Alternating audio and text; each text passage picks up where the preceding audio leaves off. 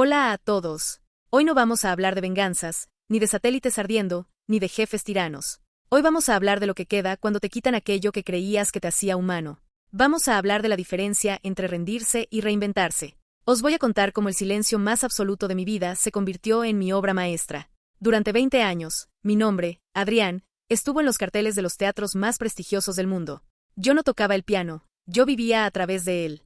Mi mano derecha era famosa por su velocidad diabólica, capaz de ejecutar los pasajes más complejos de Liszt y Rachmaninoff con una precisión que rozaba lo inhumano.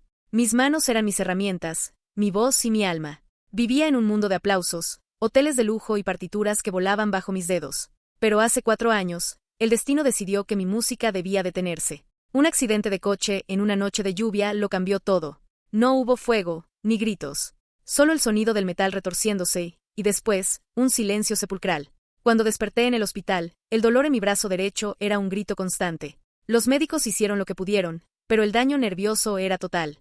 Mi mano derecha, la que ejecutaba trinos imposibles y escalas de vértigo, quedó convertida en un objeto inerte. Los nervios se habían cortado como cables viejos. Podía ver mis dedos, pero no podía sentirlos. No podía mover ni un solo milímetro de esa mano que me había dado todo.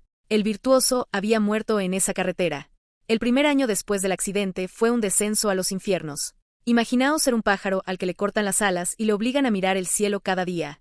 Intenté ir a terapia, intenté cirugías experimentales, pero el veredicto de los especialistas era siempre el mismo. Adrián, debes aceptar que tu carrera ha terminado. Dedícate a la enseñanza o a la dirección de orquesta. Pero el piano ya no es para ti. Vendí mi piano de cola. No soportaba verlo en el salón, brillando bajo la luz, como un reproche negro y silencioso. Caí en una depresión tan profunda que el tiempo dejó de tener sentido. Me pasaba las horas mirando mi mano derecha, dándole órdenes mentales que mi cuerpo simplemente ignoraba. Me sentía como un instrumento desafinado, una herramienta rota que el mundo ya no necesitaba. El teléfono dejó de sonar. Los amigos del mundo de la música, esos que me rodeaban cuando ganaba premios, desaparecieron. Me quedé solo con mi silencio y mi brazo inerte colgado de un cabestrillo. Un día, mi sobrina de 6 años vino a casa. Encontró un viejo teclado electrónico guardado en un armario y me pidió que tocara algo para ella. No puedo, cariño, le dije con una voz rota que no reconocí. Tengo la mano estropeada. Ella me miró con esa lógica aplastante que solo tienen los niños y me dijo, ¿y por qué no usas la otra? Aún te queda una mano entera, tío. Esa frase, simple y directa, fue como un relámpago en mitad de mi noche oscura. Esa misma noche, saqué el teclado. Me senté frente a él. Durante toda mi vida, mi mano izquierda había sido el acompañamiento. Era la mano que marcaba el ritmo, la que hacía los bajos, la que apoyaba a la verdadera estrella, la derecha. Miré mi mano izquierda. Estaba fuerte, sana, pero era torpe para la melodía. Intenté tocar una melodía simple de Chopin. Fue un desastre.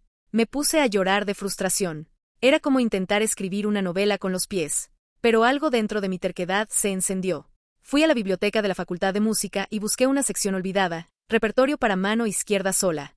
Descubrí que no era el primero. Paul Wittgenstein, un pianista que perdió el brazo en la Primera Guerra Mundial, había encargado obras a los mejores compositores para seguir tocando. Empecé a entrenar.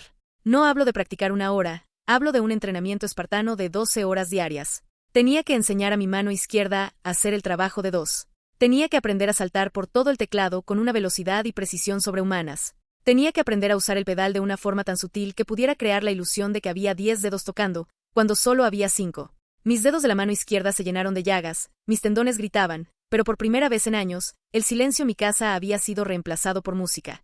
No era perfecta, pero era mía. La noticia de que el pianista manco estaba intentando volver llegó a oídos de los críticos. Uno de ellos, un hombre llamado Valerio que siempre había envidiado mi éxito, escribió un artículo cruel: Adrián intenta dar lástima. El piano es un instrumento de 2 manos. Tocar con una sola es un truco de circo, una sombra patética de lo que un día fue. Esa crítica fue el combustible que necesitaba. Decidí que no iba a tocar piezas de otros. Iba a componer mi propia suite. Una obra tan compleja, tan rica en texturas y tan técnica que ningún pianista de 2 manos pudiera decir que le faltaba algo. La llamé la suite de la resiliencia. Me enfrenté a un nuevo problema. Los conservatorios y las salas de conciertos no querían contratarme. Decían que el público quería ver espectáculo, no a un hombre sufriendo sobre el teclado. Así que usé mi cumplimiento malicioso particular. Alquilé con mis últimos ahorros el mismo teatro donde debuté hace 20 años. No anuncié un concierto para una mano. Lo anuncié como, el regreso de Adrián, el sonido del silencio. Me preparé físicamente como un atleta. Fortalecí mi espalda, mi hombro izquierdo y mi core. Aprendí a usar el peso de mi cuerpo para proyectar el sonido. Mi mano izquierda se convirtió en una araña de acero, capaz de tocar una melodía dulce en las notas agudas, y un milisegundo después, saltar a los bajos para dar un acorde atronador. Estaba listo para demostrarle al mundo que la música no está en los dedos, sino en la voluntad. Llegó la noche del estreno. El teatro estaba lleno, mitad por curiosidad morbosa, mitad por respeto. Cuando salí al escenario, el silencio fue absoluto. El público miró mi brazo derecho, pegado al cuerpo, inmóvil. Se hizo un murmullo de incomodidad. Me senté en la banqueta. Cerré los ojos. La primera nota de la suite de la resiliencia fue un do bajo, profundo, que hizo vibrar el suelo del teatro. Luego, mi mano izquierda empezó a volar. No eran saltos desesperados, era un flujo constante de música.